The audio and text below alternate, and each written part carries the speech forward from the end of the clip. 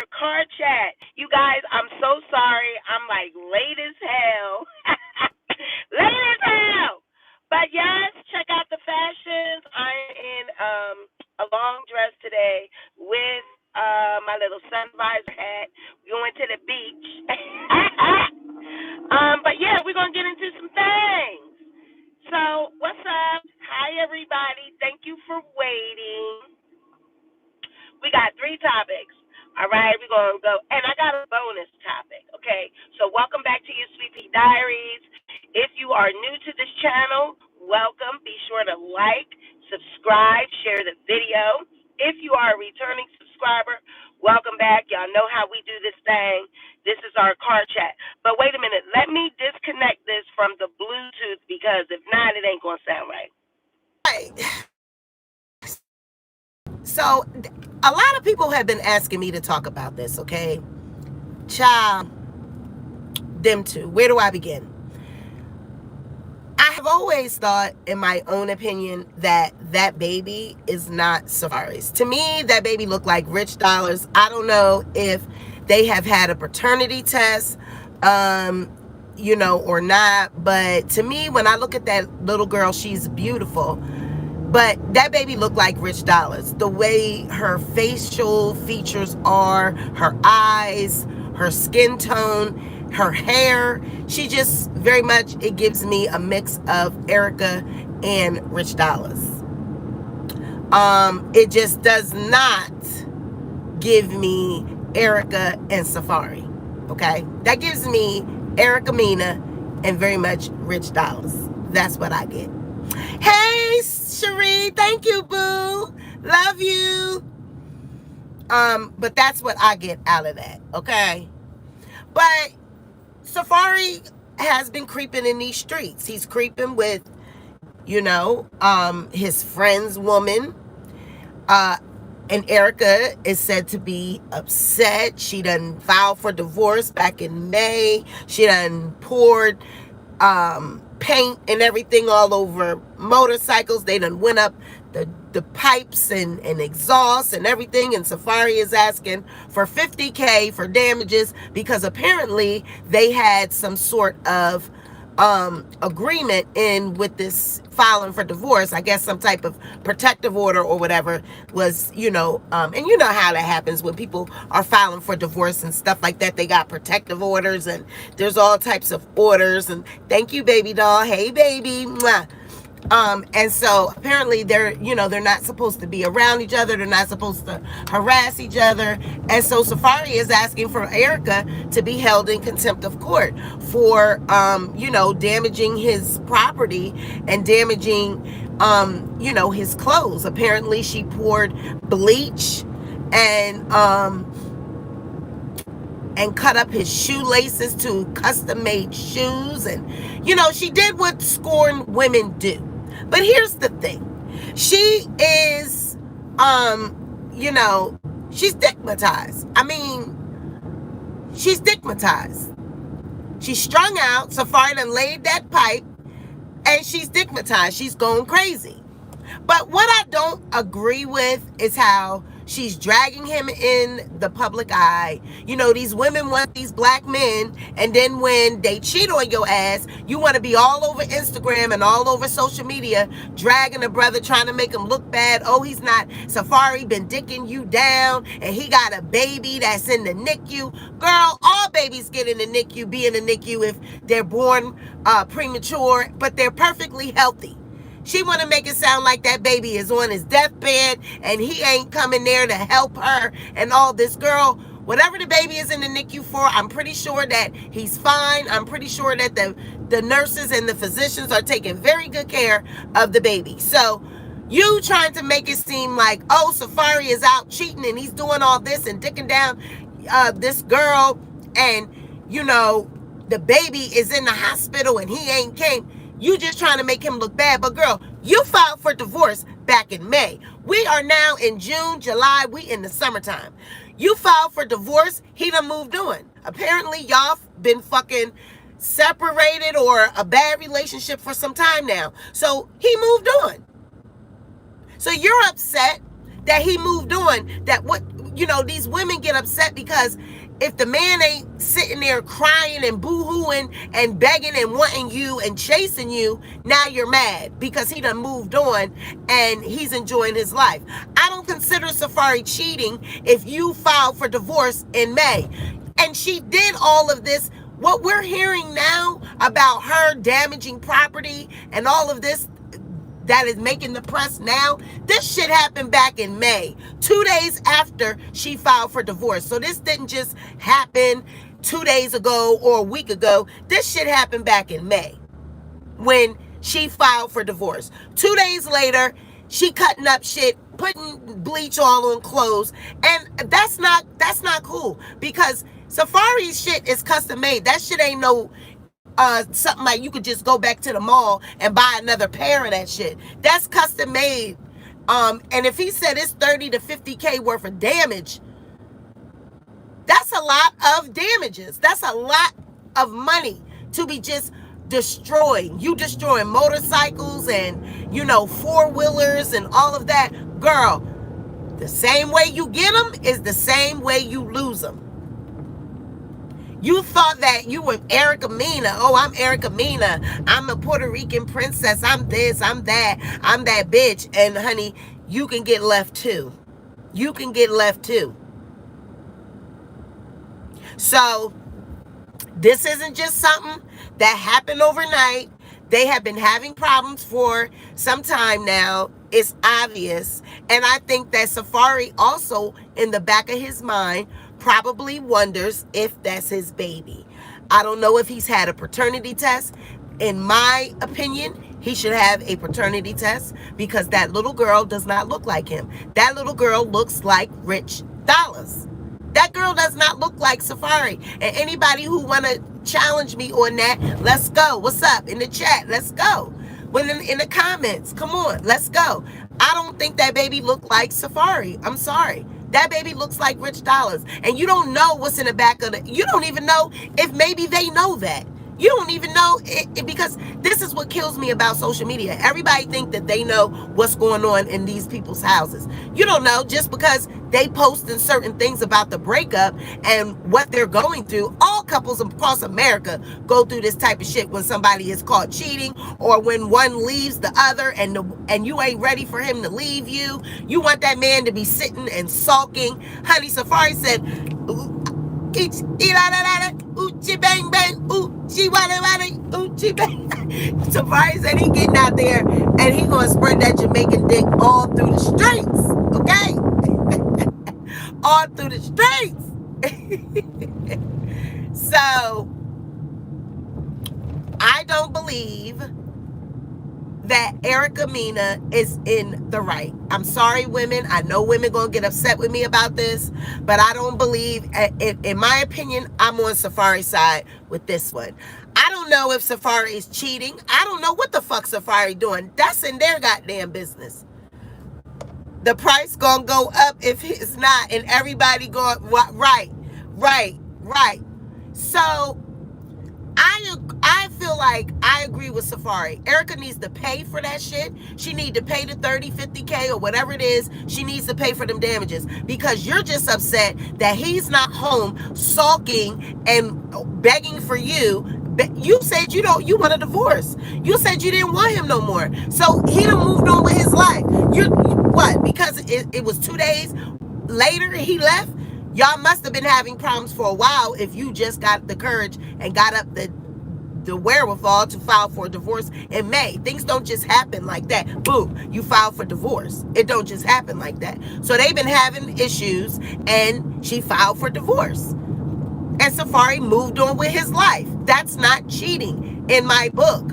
If you file for divorce in May and now he's moving around in July, how is that cheating? You wanted a divorce. So maybe you shouldn't have been so quick to file for divorce. You wanted to file for divorce. Yeah, we know Safaree is a clout chaser. Yeah, we know what Nikki said about Safaree. But Safaree is a star in his own right as well. He has a career as well. He don't need no darn Erica Mena to, make a couple dollars or to be somebody. He is somebody. He done wrote plenty songs for Nicki. He got his own goddamn bag. He don't need Erica's bag. And Erica's bag is only love and hip hop bag. And I know, that's a couple dollars. And, her social medias and everything, she making a couple dollars. But Safaree does not need Erica Mena to be somebody. Period. So, girl, you shouldn't have filed for divorce and wanted him to move on so quickly. Maybe if y'all power couples in the industry, y'all need to learn how to work out your differences instead of just wanting to be so quick to file for divorce. You have to learn in a marriage, it takes a lot of hard work. You go through ups and downs. You go through things. Unfortunately, some go through cheating scandals and go through infidelity. But if you want that man, then you're going to have to work through it.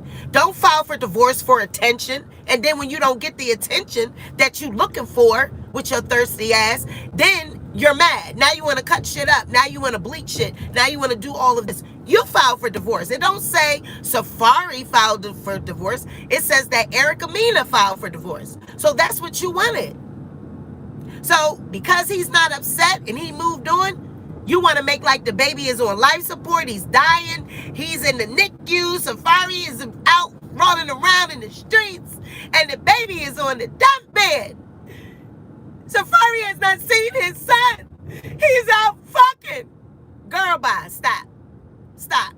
All babies start off in the NICU, girl. If they're a little underweight or something like that, it doesn't mean that they're detrimental, that they're about to die, or that, they need some help or whatever. Girl, stop. Stop trying to push a narrative to pull that damn sympathy card. That's that white woman shit. That's that white woman shit, and y'all know it. That's that white woman shit, and y'all know it. I'm sick of it. And that brings me into Lamar and Khloe. So recently in an interview with, I think it was Fox LA or something like that, Lamar Odom said that he would absolutely take Khloe back. He still loves Khloe. He would take Khloe back. Okay. He realizes that he wasn't the best person that he could have been when they were together. That's another one. That's another one that their relationship, she just moved too fast. They moved fast. They got a divorce. They had issues. They got problems. And instead of staying and working it out, she, boom, I want to get away from you. I want a divorce. I want to leave you. And now I'm with another man. The timeline for Khloe and Lamar Odom, it was like very much, I don't want you. You in the rehab. You in the hospital. I'm with Tristan. It was like boom, boom, boom. These marriages that are made in Hollywood, boom. These white women, y'all get these black men, get these white women, these Kardashians, these Puerto Ricans, these women that you think is so gorgeous. And y'all, Khloe wasn't looking like she looked now when she was with Lamar. Okay, that was a different Khloe. Honey, I don't know what that was. OJ Khloe back then, because if you look at how her facial structure was back then, Lamar, that's not the same Khloe. I mean, it's a new improved in Khloe, but it's also a surgically enhanced Khloe. Lamar was with Khloe when she was big, fat, when she was her natural self. So Lamar, that's not the same Khloe. You're not going back to the same Khloe. She done been, exposed to more things in Hollywood and more things in the industry. So it ain't the same Khloe. But why would you want a woman that moved on so quickly? She didn't stay with you. These men, they go for these looks and they go for the image. They don't go for the loyalty. This woman did not stay with you through your addiction. She didn't stay with you through your battle with cocaine and drugs and everything. She just, he's not doing what I want him to do. So, he's got to go. He doesn't fit the image anymore. He's not the basketball player. And, he's not that, he doesn't fit the mold. He doesn't fit the image. So boom, I'm gone. I got to leave. He's got to go. They don't know with working through problems what that means. When you are married, you have to go through, You go through thick and thin. The Bible says through sickness and in health. Your vows say through sickness and in health. You don't just get to stay for the good times. You don't just get to be with the man and be married and showing the ring and wanting to boast about being married when it's good. Marriage is about all of it. It's about ups and downs, good and bad. So when you grow old and you're telling stories with your grandkids, everything that made your life, all the ups and downs, you look back at that and say, we went through the best of times and the worst of times. But look at us now, 40 years strong, 50 years strong. That's why marriages don't last these days, because everybody just wants good times, good times, good times. They don't know about putting in the work. Putting in the work. When someone's going through something, you stick with them. You don't just automatically cut them off. And Khloe didn't stick with Lamar. He had drug problems, going through things, and she wanted Tristan. Immediately, she left him and moved on with Tristan.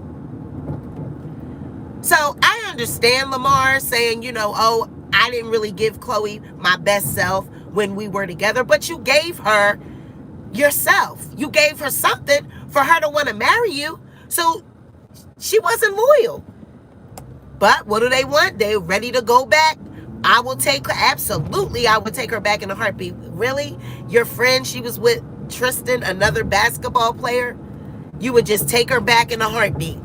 No questions asked, no nothing. She's got a baby by this man. They was just saying that they want to have another child. You would take her back. She's not going to take you back. And maybe she might. I don't know. I know that Khloe and Lamar, they've always been in love. I know that they were in love. They had, a very tumultuous relationship, and it played out in front of all of our eyes. And, they appeared to be in love. But to me, Khloe just wasn't loyal. She was not loyal. She left him when the going got tough. The frequency is really bad back here because it's a private area. For me to get to work, it cuts like 15 minutes on the main road, so that way what do you want to be with her for? She's not going to be loyal. She's not to play out in the public eye. So she's all about, the Kardashians, and Kris ain't going for it. They all want to be, in the public eye. They want their relationships played out in the press. They thirsty for the press. They, I wouldn't even be surprised if they leak pictures and leak information for the press just to keep their names in the tabloids, so they can keep trending and everybody can keep talking about them, and their social medias can run up, money, endorsements. So why would you want that type of a woman? But again, that's what these black men want, that once they make it to Hollywood and once they make it in the sports world or the entertainment industry, they want these white women, these high profile white women. That's what they want. So, hey, Lamar, if you want a woman that is not, reliable and dependable, yeah, you can absolutely take Khloe back. If you want a woman that's not going to be loyal and she's not going to stick with you, yep, take her back. Lamar wants Khloe back. Said he'd take her back in a heartbeat. Now, last but not least, Sha'Carri Richardson. Now, I purposely stayed away from this topic.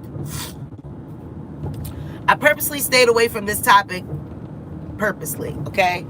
I knew that doing this topic, it would be sensitive around the time when nobody knew whether or not she was going to be able to run or not, when they were making the decision to whether they were going to let her run in the Olympics or not. So I didn't comment on it and I didn't say anything about it because I did not want to argue with people in the comments. I didn't want to offend anybody because a lot of black people were highly invested in Sha'Carri Richardson. So I did not want to offend anyone. But as I always say, we are all entitled to our own opinions. But black people, come on, the rules are the rules. Yes, her mother died. Yes, she was going through some hard times. But my dear, you were training for the Olympic Games.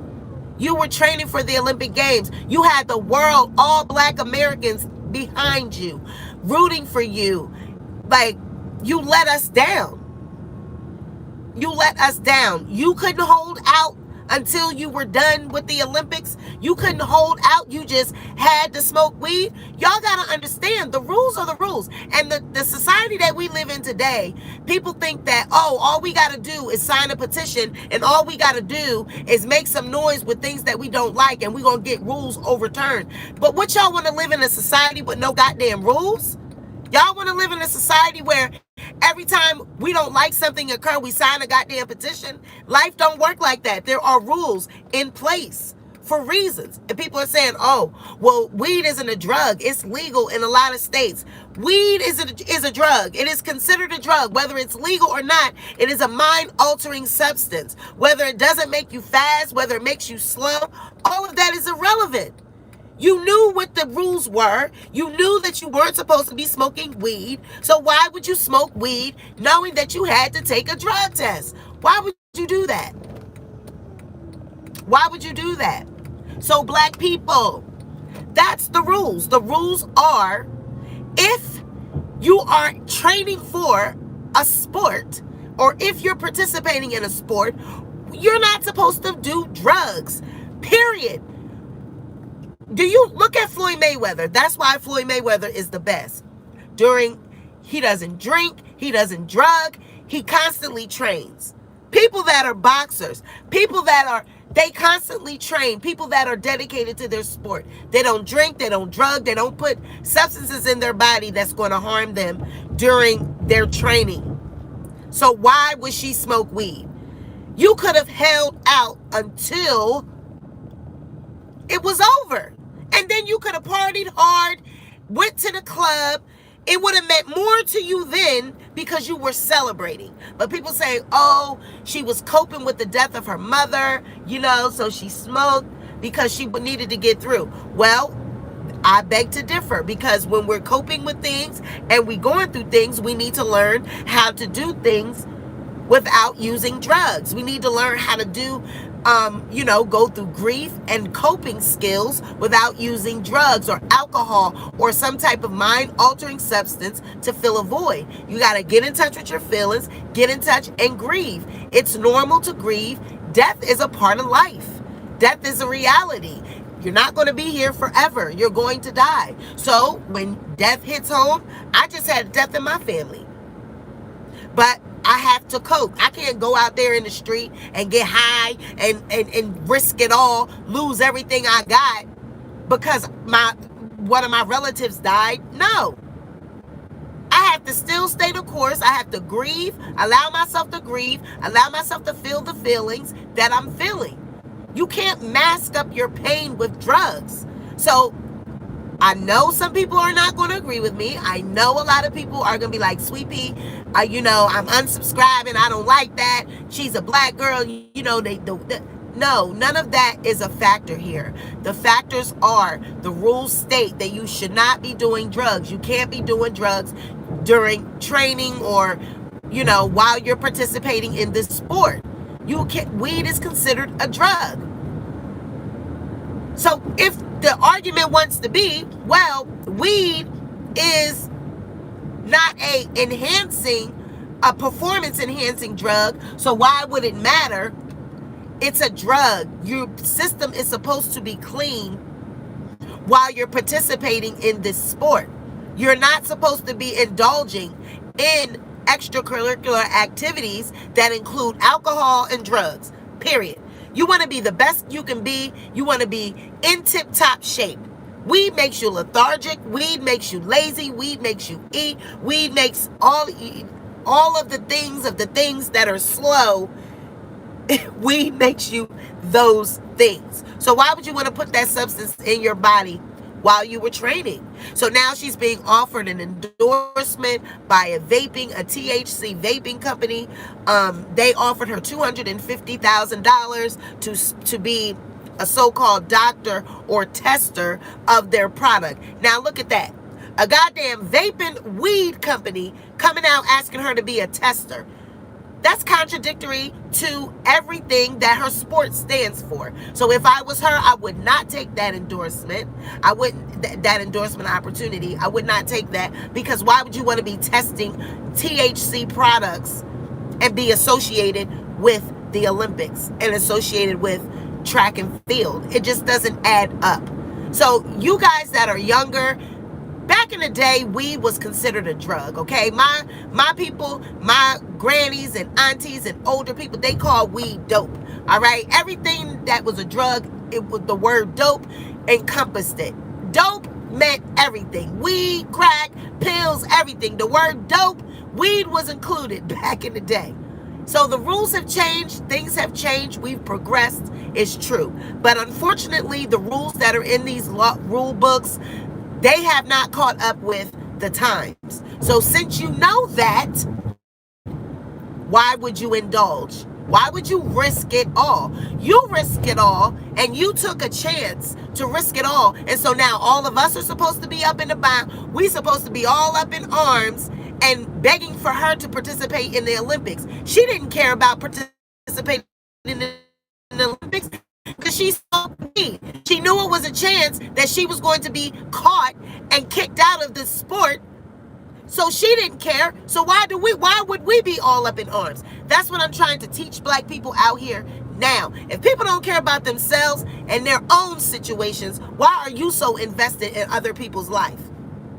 Why are you so invested in other people's life? She didn't care about her sport and her opportunity enough to stay clean. So why would you be so up in arms if she didn't care about her own future? She wasted that opportunity from smoking weed. Yeah, she's preparing. She's moving on with her life.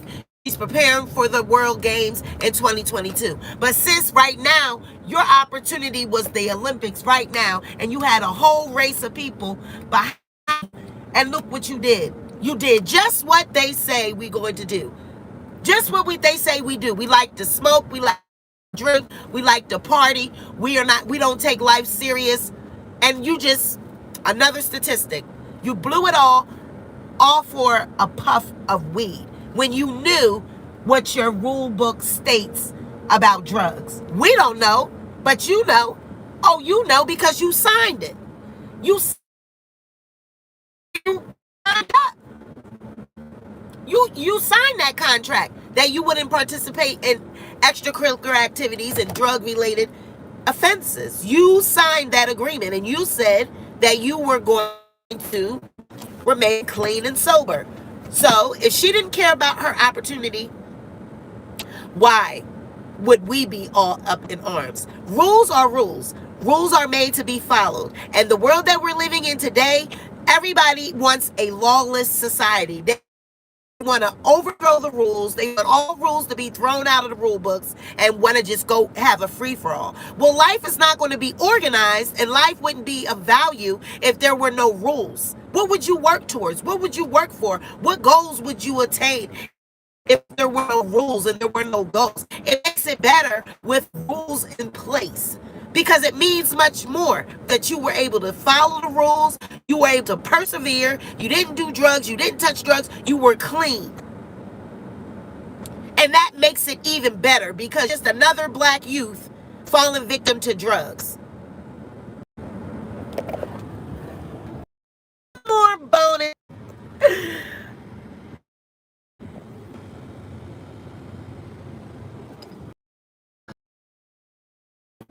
So apparently the baby had, and I guess he's being dragged on Twitter and all over social media because he did not buy a box of candy or Skittles from if you live in a city in a ghetto near you.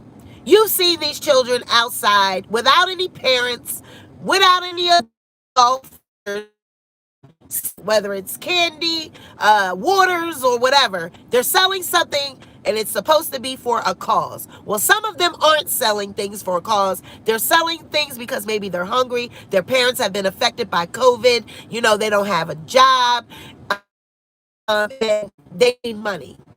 So whatever it is that these kids were selling things for, the baby, absolutely, he had the money. People were dragging him because he could have just paid for the whole box, gave him about $200 to $300. But I guess he was trying to say that the kids was trying to scam him because they were trying to say that the box cost more and than what it really was worth. On one hand, people are baby, he's mad because he's a rich and famous person and he could have just gave the kids the money. Well, let me tell y'all this, okay? Let me tell y'all this. People rich and famous, people that have money, they are not obligated to give people anything. Just because they are millionaires, just because they have millions of dollars and they can fly on private jets, they are not obligated to give people money. And you guys out there in the world have to get that through your head. The baby does not know anybody anything but himself, his family, his children, his life. He don't owe nobody shit. He is not obligated to give anybody anything. Now, could he have given it? Yes. Could he have afforded? And I got it. I got it. I understood what he was trying to teach them. Tell the truth. You know that box was not gave you more than that. I know the baby would have given them more than that because I've seen him give. He would have gave them more than what it was worth. He was going to give them more than what it was worth. But they wanted to play him. They wanted because, oh, it's the baby. He got money. People are trying to tell them that it's worth more than what it is. Just say that. Just say, yeah, you know, the baby, it's not really a lot here. But, bruh, can you give us $200? Because, we need it. Why would you say, oh, I just made $400 off this? No, you didn't. No, you didn't. But because he's got money, y'all want to try to think you're going to get over and that's going to get him to pay for it. No. I absolutely agree with that and I understood what he was saying. Because you don't owe, these people don't owe people shit. Now, you're the one that makes these people rich and famous, and then you get your feelings hurt when they put you in your place. Y'all are the ones that idolize these rappers and idolize these women and idolize all these guys. You ready to drag them. Then when they show you who they really are, you ready to drag them. Oh, he got money. He could have gave. Absolutely, he could have gave. But why would you try to scam the man and tell him that you just made $400 earlier? No, you didn't. No, you didn't. Off, coming out, saying what you need, saying what you want. So I got that. I got that message. And a lot of you that didn't get that message, that's because you probably definitely be charitable. I'm definitely going to give back, but I don't owe nobody shit because I put in the work. I put in to get where and my people that are going to go with me where else I'm trying to go on this other business venture. Yes, I owe y'all. They don't owe you anything, okay? So just like we are, they're in the same. You want to put them in the same boat now. But any other time, they are God. Honey, when they show you who they are, they pull that damn mask off, then you get to really see who they really are. And now you want to drag. That's not appropriate. It's not appropriate behavior. The baby don't owe nobody shit. Okay? So you guys, that's it. That has been it. That's our card chat for the day. This has been another edition of the Sweet Pea Diaries. I love you to the moon and back. You guys have a great day. Isn't she lovely? Isn't she? Look at that. I love you. Bye. Bye.